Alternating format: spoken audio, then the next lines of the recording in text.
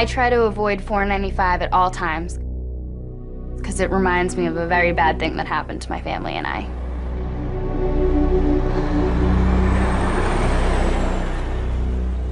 Living close to the highway, I never really thought about safety factors.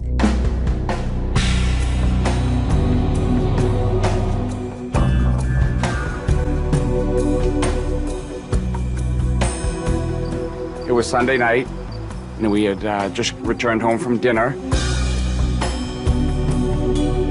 Jeannie decided to stay up and watch the Red Sox game, and I turned in early.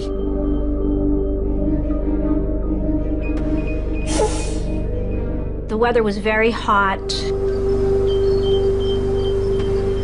It was extremely oppressive. Shay came home at her curfew. She has a 12 o'clock curfew. She actually came home probably about 15 minutes beforehand. To me, I was like, oh, I'm doing good. I'm doing good on time.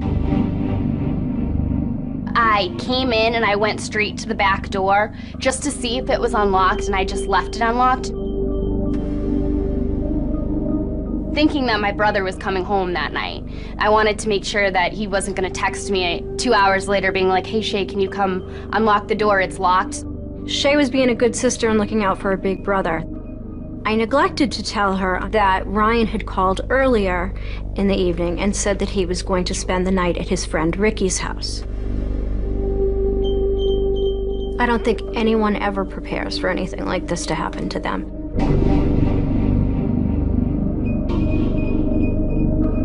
I heard a muffled sound, like a little whimper, come from the bedroom right next to us. And I thought that was odd. Shay must be having a bad dream or something. And Kevin got up at the same time. She said, I'll check on her. And I said, no, I'll check on her, which really isn't the norm. Usually I'm selfish and want to get all the sleep I need. And but that morning, something told me to get up. I got up and my wife Jeannie followed me in there. I opened up the door and I saw a black silhouette over my daughter. I woke up in the middle of the night to a cold object on my neck. I thought it was a gun. I didn't know it was a knife. I just saw dark eyes in a mask. The man spoke, and it was a voice that I had never recognized before, and he said, if you make any effing noise, I'm going to kill you. And that's when I just kind of went into panic mode. And I just started kicking. And I just pushed my back against the bed, hoping to make as much noise as possible so that my parents could wake up and hear me. And my dad, the first thing I heard him say was, who are you? And the man stood up from leaning over me and just went straight for my dad. And we saw a knife in his hand.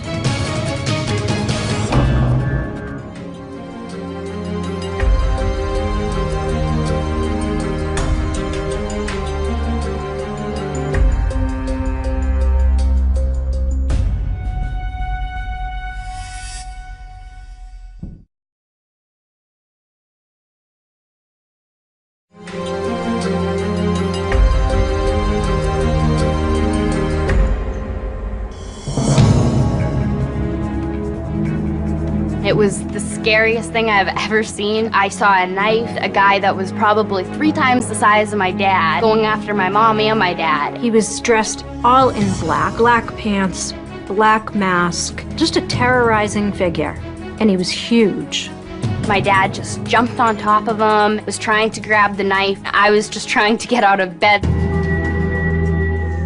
I was saying, get the knife, get the knife. The knife was very big. The blade was, I'm gonna say, that long. And so I tried to grab the grip of the knife, but the man's hand was huge and it was ineffective. It wasn't doing anything. So I just grabbed the blade of the knife because I didn't know what to do. I instinctively told my daughter, call 911 and get my gun. I don't have a gun, but something inside me told me to say that, which would keep him on his guard.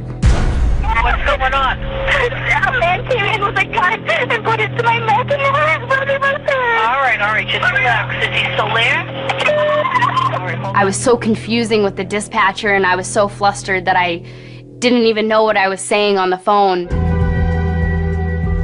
And all of a sudden, he got a burst of adrenaline. He erected himself up off the bed with me on his back. That's when I knew I was in some deep.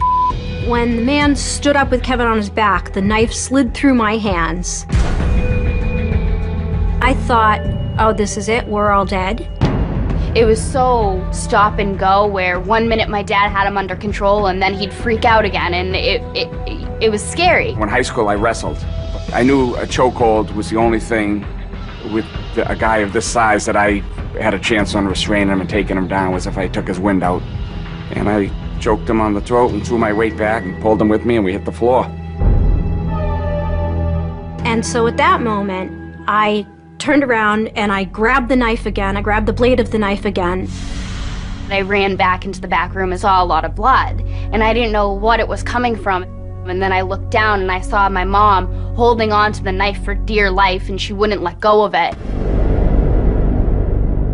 I was pissed, and all I could think about was, I need to distract this guy so that he doesn't try to do anything else. So I'm screaming at him. I'm like, what were you thinking?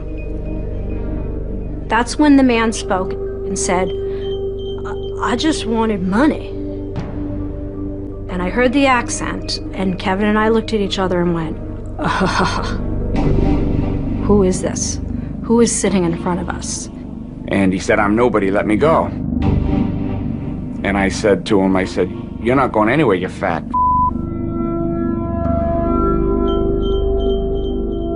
When I saw the police come into the driveway, I was ecstatic. I was so relieved and so happy because I knew that at that point everything was going to be fine. And the second that the first officer got into the house, he just grabbed the guy and got him under control and everything.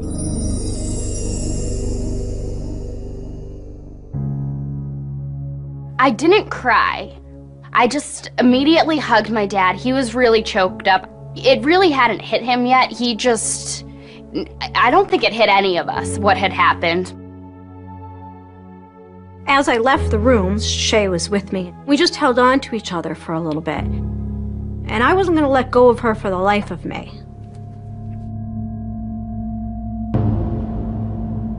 When I first arrived at the scene, I wasn't sure what to expect at that point. I knew it was very serious.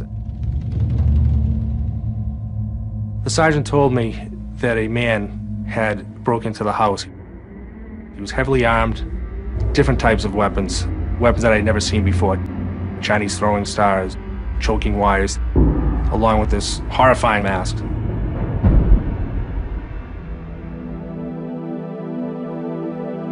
After they left our house with this intruder, Jeannie and Shay went by ambulance to the hospital to tend to Jeannie's wounds. Ryan was in shock when he found out what happened. He felt bad that he wasn't there, that he was spending the night at his friend Ricky's house. And it's unfortunate because he shouldn't, because it's not his fault in the slightest bit. I think he just wishes that he was there to just protect us. Detective Tyros told me that the man that had broken into our house was a long-haul trucker. His name was Adam Leroy Lane. Lived in North Carolina and was running routes up and down from North Carolina up to Nashua, New Hampshire, and various locations throughout the metropolitan Boston area. He had a wife and he had 3 daughters. That made me sick to my stomach to know. On August 2nd, a few days later, we conducted a search warrant of Adam Leroy Lane's truck. We found his logbook, receipts, some more knives. We also found a movie inside of a DVD player. That movie's titled Hunting Humans. This movie is about a serial killer that goes around randomly killing people without any motive or reason other than to just kill people.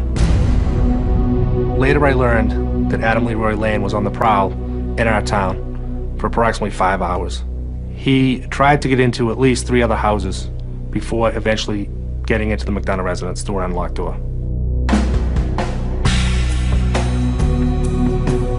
he was out in our town hunting humans that night. We started to think, maybe he's done this in other places and just hasn't been caught yet.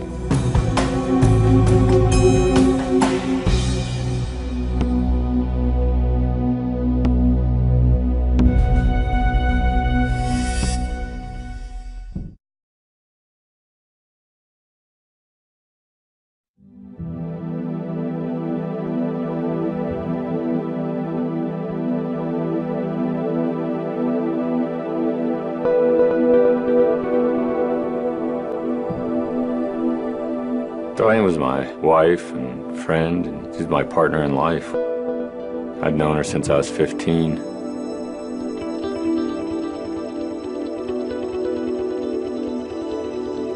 Darlene was sitting outside on our back patio, just enjoying the weather, talking on the phone. At 10 o'clock, I opened the door and told her I was headed to bed, and she said she'd be up in a little bit. I kind of laughed, because I knew better. Because she just would be out on the phone till late. I just went upstairs, I shut the door, I went to sleep.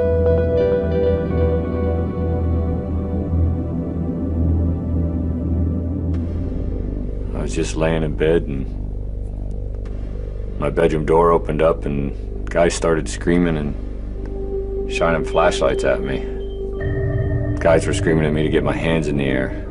I thought it might be a home invasion or something. And I started to look past the flashlights and stuff and could see the silhouettes of the men standing there, and then I could see guns pointed at me. And then one of the troopers identified himself as a state trooper. So I put my hands in the air. They asked if my son was there, and he walked up on the police and put his hands above his head. Then they handcuffed him. I was able to look around. I see my wife's purse and sitting there with her cell phone and keys on one of the chairs at the kitchen table. And I told my son, we got big problems. Your mom wouldn't leave without her phone and her keys. Then I started seeing flash photography going off. I knew that wasn't a good sign. After about 3 hours, one of the detectives came in, sat me down. That's when they told me that Darlene was dead and she was killed at the hands of another person. That's when things started to fall apart for me. I remember hearing my son scream. He was in the kitchen still handcuffed. He broke the chair he was sitting in. He headbutted the refrigerator. There's still 2 big dents in it.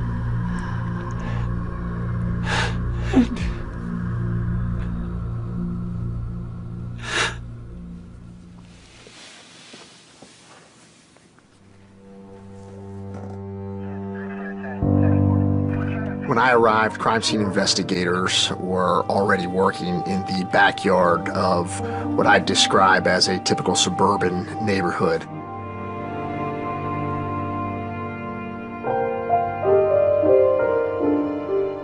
This woman had been on her back patio talking to a male friend on the phone.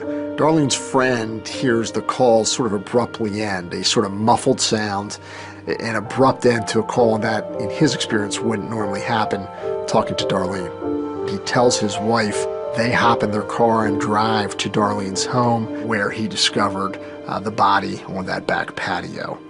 She suffered a fatal stab wound in the neck area, ultimately causing her death. I got woke up about 6:45 on the 13th from a phone call from my brother.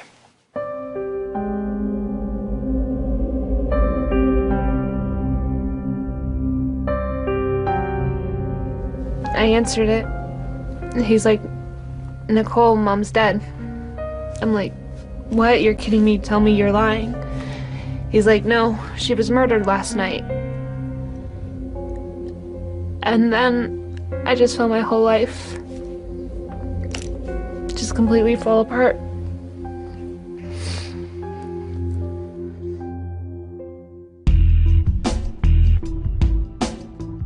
As experience has often taught the police and prosecutors, people who are killed at home are most likely to be killed by someone close to them, that this was not a random act, that it was committed by someone who knew her and someone who had the opportunity to kill her, most likely her husband.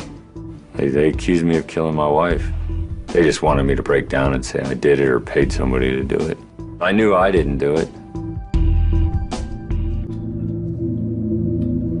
Cops took me down to the Pennsylvania State Police Barracks, where they had my brother and my father. I just remember her coming around the corner from the door and just running to me and just grabbing her and holding her and giving her a hug. Because there was nothing I could do for her. Nothing I could do to make it better. So I just held on to her. We both kind of just wanted to rewind time.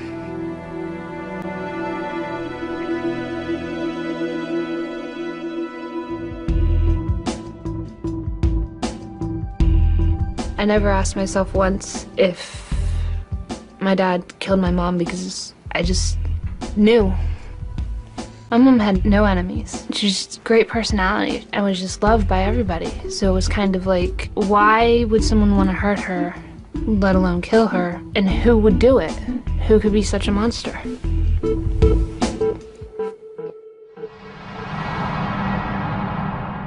Shortly after the attack, we had to go to court and see our attacker.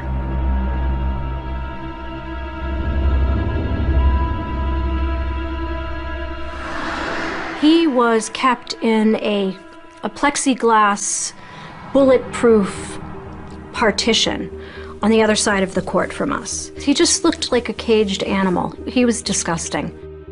He wouldn't stop staring at me, and that was the worst feeling in the entire world. I wanted to leap over the railing, actually, because I was so angry at that point. I mean, I really wanted to get a punch in or something. There was no way that we could allow this guy to hit the streets.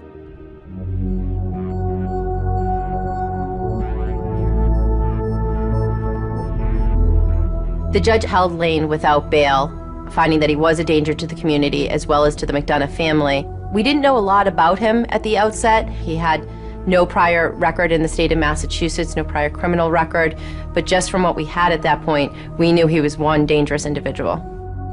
We put out an all-point bulletin to see if any of the other police departments along the East Coast had had any type of similar incidents in their communities. And one of the first people to respond was a state police trooper out of New Jersey. His name was Jeff Noble, and he had inquired whether or not Adam Lane might have been responsible for a murder that he was investigating down in New Jersey.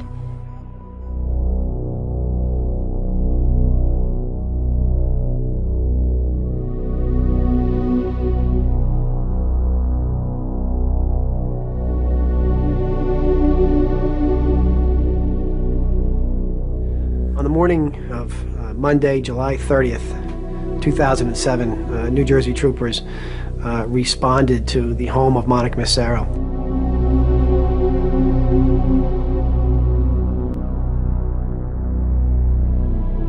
Ms. Massaro had been stabbed multiple times in the sanctity of her own home. It was just the type of crime that someone with an incredible amount of violence and rage would have done. Monica Massaro was a single 37-year-old female. She lived by herself. She was very active socially. She had a lot of friends, really lived life to the fullest. We didn't have anybody that we would call suspects specifically, and that proved challenging for us.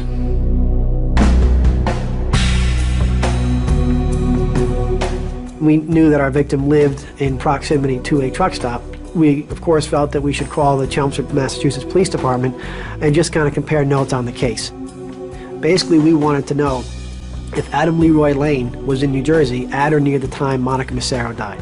So we asked Detective Tyros if he had any evidence, paperwork, logs, receipts, toll records, anything that would indicate to us Adam Leroy Lane's route of travel. And all of a sudden, Detective Tyros kind of stops and he goes, "Hey, I have a receipt here."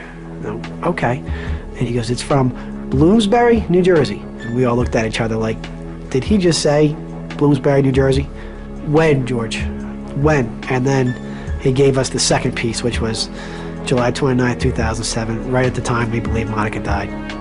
Short time later, I heard Detective Noble say, "George, we're coming to Chelmsford."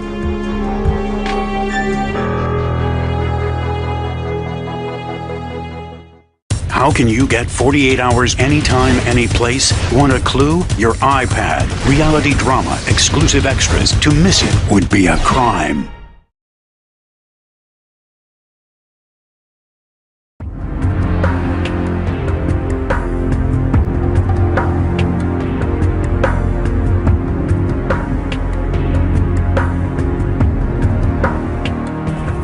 When we arrived in Chelmsford, Massachusetts, we immediately started, the questions, where's the evidence? We want everything that Adam Lane could have had in his possession at the time of the murder. We wanted to know where was the truck, and we learned that the truck had already been released. We had Adam Leroy Lane's tractor trailer for approximately 3 weeks. Legally, we were only able to obtain evidence that pertained to our case. At that point in time, we didn't have any other cases. So unfortunately, after several weeks, the owner of the tractor trailer was looking for his truck back. Without any other cases, we had to eventually give him his truck back. Everything in there that belonged to Adam Lane, the owner of the company threw into a dumpster, which was located in the impound yard in Massachusetts where the truck had been. The trash hauling company was scheduled to pick up and empty that dumpster on that very day. We got very lucky. We basically beat the trash hauler to the dumpster, and the dumpster was packed. It was full. We suited up. It took an entire afternoon. We took every piece of debris and trash out of that dumpster. And in that bottom of the dumpster, we found basically all of Adam Lane's personal property. Clothing, shoes, socks. Without a doubt, every detective there suspected that we were coming across key potential DNA evidence in this case.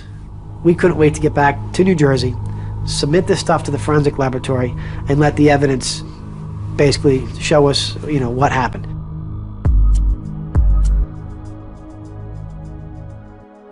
Before Jeff went back, he wanted to interview Adam Leroy Lane. At that point, we told him, don't get your hopes up, but it's worth a shot. Going into the interview with Adam Lane, we had basically very low expectations. Because he didn't speak to the other detectives in Massachusetts, we felt he wasn't going to speak to us. Hello, sir. My name's Jeffrey Noble. Very nice to meet you. After Detective Noble went in to interview Adam Lane, my sergeant and I waited for him. We were thinking we're going to be eating dinner shortly. It's probably not going to go very long. After about a half hour, 45 minutes, we realized he's talking. After an hour, we decided, you know what? We better go eat without him. And as we started talking to him, it became evident that Adam Lane actually, much to our surprise, wanted to speak with us. How long have you been driving trucks? On and off 20 years. For the first hour and a half of the interview, he never once asked us what crime we were investigating. And my impression of that is he didn't need to ask because he knew why we were there. He knew it and we knew it. They took movies that I had in the truck and made it seem like I was the worst mass murderer you'd ever seen in your life. Just because I like horror movies. We did not have the benefit of the forensic results. So this whole interview was done basically with my partner and I just feeling out Adam Lane as we went. Did you go anywhere else? No. Did you leave? We told him, we're not here because we think you did something in New Jersey. We told him we're here because we know you did something in New Jersey. And you could see Adam Lane's demeanor start to change. And my impression of it was he was starting to come to the realization that he was caught. And after several seconds, he said the words, "I'm done." I packed up our stuff. We turned off the tape recorder. My partner and I got up to leave. We walked out of that room. And after several minutes, Adam Lane made a motion through the window of the door, made a nod for us to come back in. And at that point, we knew exactly where we were. We knew that Adam Lane wanted to confess. This is going to kill my family. That he wanted to tell us what happened that night.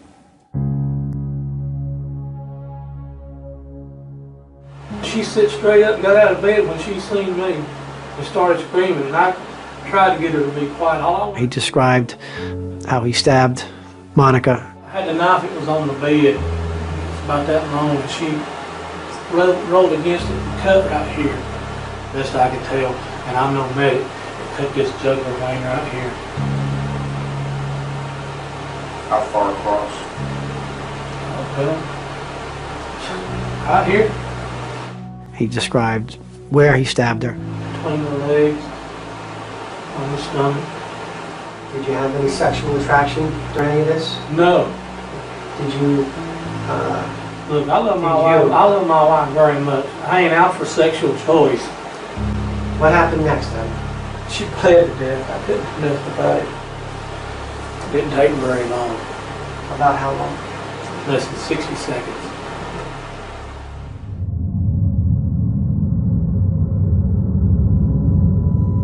Adam Lane, no doubt about it, is perhaps the most dangerous man that I've seen personally.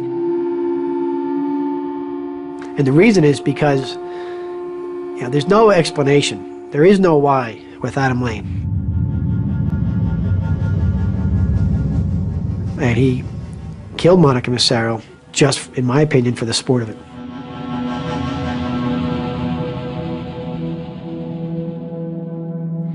I received a phone call on my cell phone from the chief of police.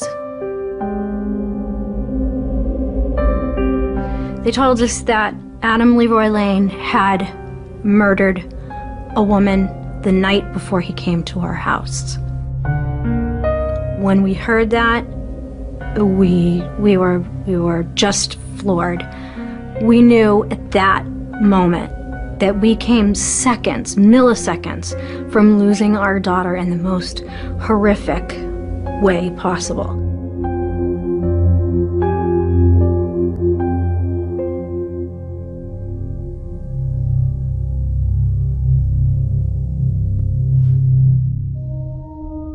Why do you think Adam Lane suddenly confessed to murder?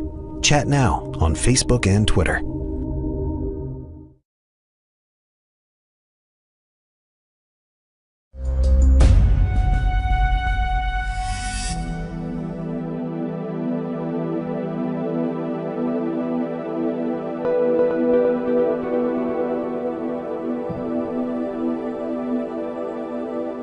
My biggest fear after I lost my mom was that I was going to lose my dad.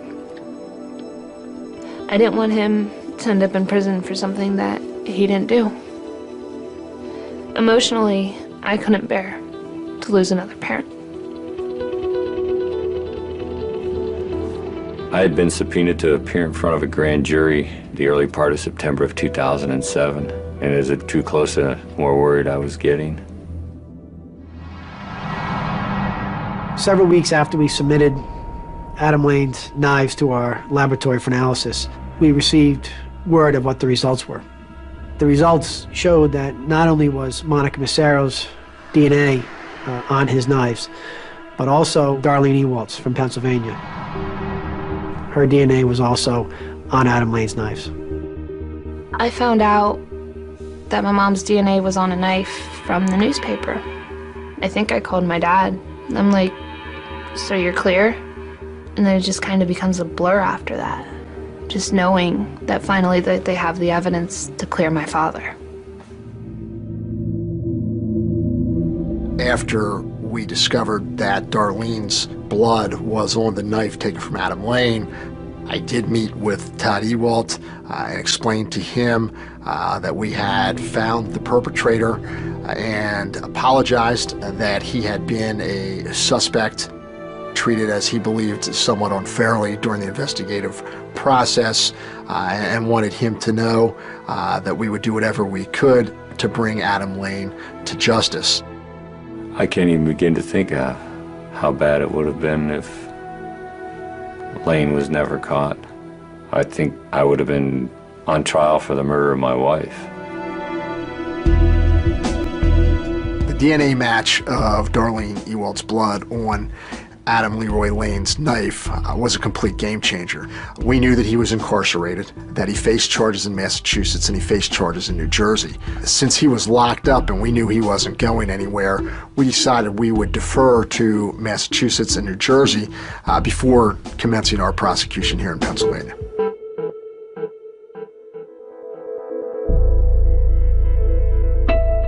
Even though he terrified me, I wanted to face this guy down. I'm sorry, but you don't come into my house and attack my family. I'm gonna be there. I'm gonna watch you every step of the way.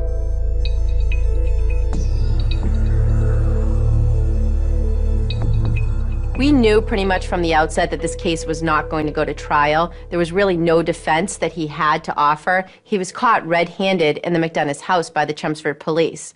So at some level, we knew it was going to be a plea, and what it came down to was how long of a sentence were we going to get on this guy. The one sticking point for Adam Lane seems to be the sexual assault charge. He was adamant that he wasn't going to sexually assault Shay McDonough. This wasn't about sex. So I went to the McDonoughs and we discussed it. If that was the one sticking point, did they feel comfortable with dismissing that charge if it meant that the plea would go forward on all the other counts and he would receive 25 to 30 years in state prison? That meant that Shay would not have to get up on the witness stand and recount everything that she went through that night and just traumatize her all over again. We said, okay, let's just accept the plea bargain and go forward with it. I would have liked to see a longer sentence, and that's what we were advocating for. But we also knew that Adam was going to face murder charges in both New Jersey and Pennsylvania. So at the end of the day, we knew he was never going to get out. I felt compelled that, okay, even though the legal battles for us were over, I was going to see this thing through, and I was going to make sure that I was at every hearing that he was at, that I was with the families of the other victims.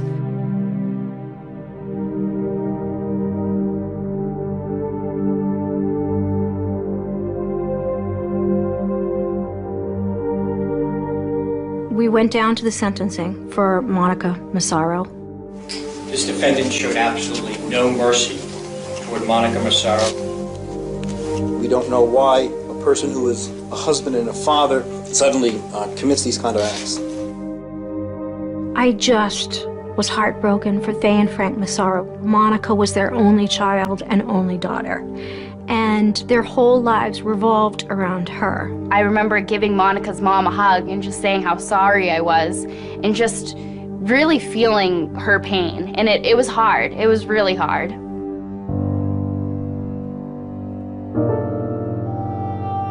As we were walking into the courtroom, we noticed this gentleman sitting against a railing outside of the courthouse, and he just looked lost. We learned that it was Todd Ewald, the husband of Darlene Ewald.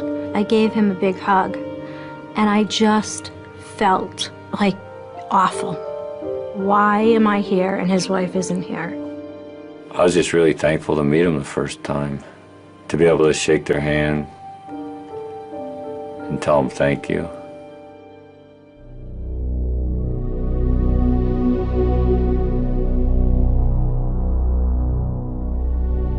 For them to finally have their daughter's killer face the consequences for what he had done, I was relieved that they were able to be there and see him sentenced. You are sentenced to serve 50 years in the New Jersey State Prison.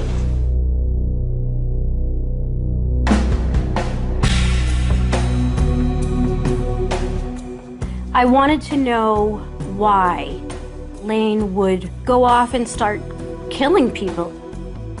I started digging, looking for answers. It just snowballed, and it ended up turning into a book. It seemed like he had a normal childhood, and as far as we could see, that there was no criminal background. The police told me that it was very difficult on his family. We'll never probably ever know why he did what he did.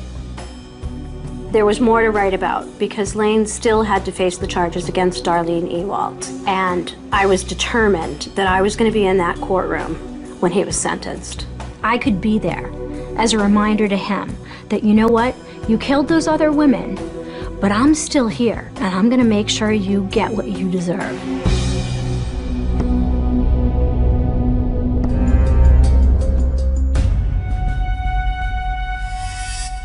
How can you get 48 hours anytime, any place? Want a clue? Your iPad. Reality drama, exclusive extras. To miss it would be a crime.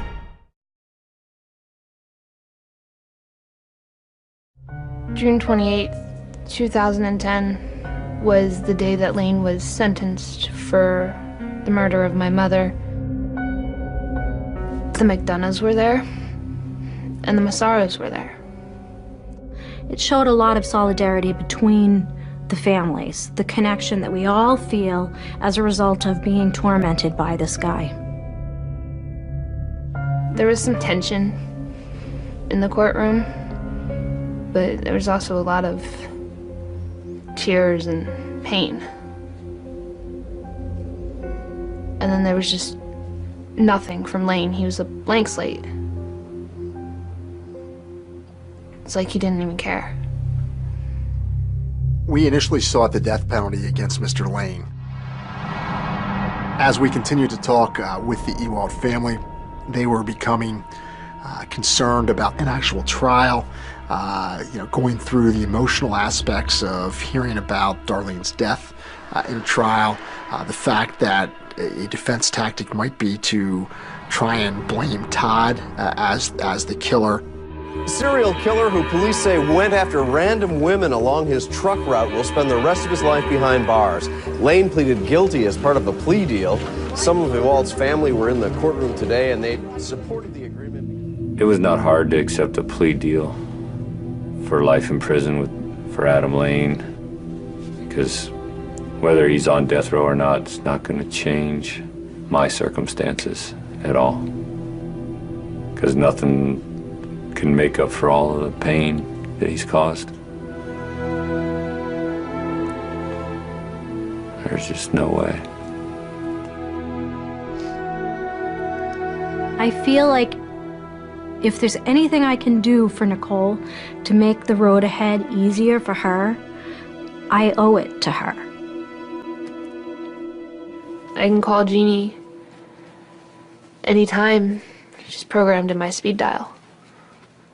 And usually, at the end of every phone call, it ends with, "I love you." It's great because it's almost like a second mother. The McDonoughs are sort of like heroes in my book. They stopped an innocent man from going to jail. They put a guilty man away. And they saved countless women.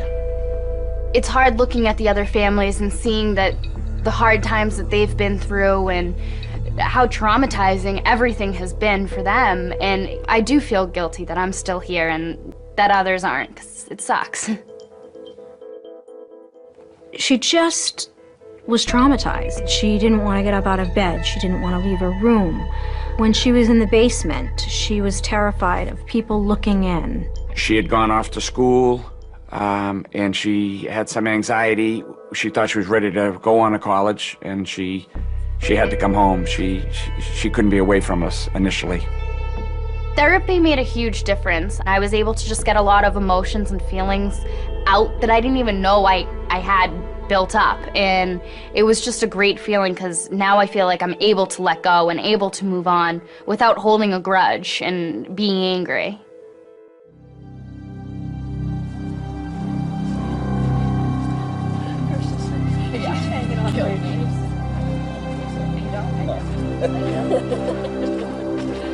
Every time I leave the house or every time I go anywhere, we never forget to say I love you because you never know what can happen. Somewhere good, and I know.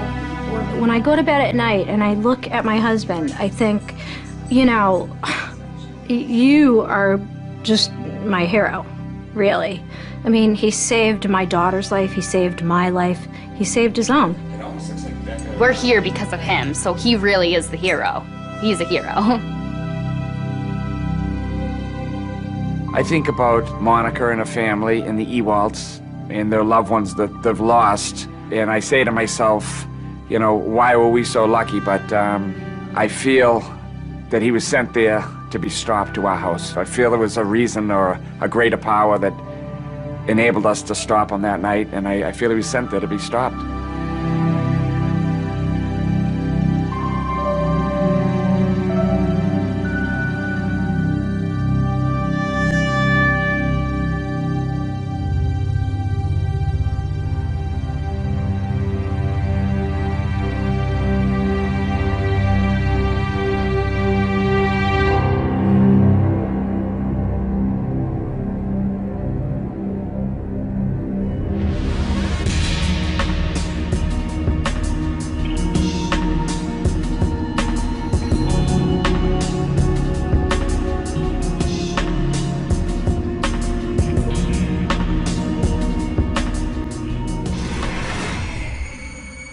Jeffrey was a great student, valedictorian. And that's Ruth. The family was not the family that they appeared to be. Jeff told me that his mother was storing knives in her headboard. And then one day, something went horribly wrong. Nobody knows what goes on behind closed doors. Next. On television, online, on the go, and now on iPad, CBS News.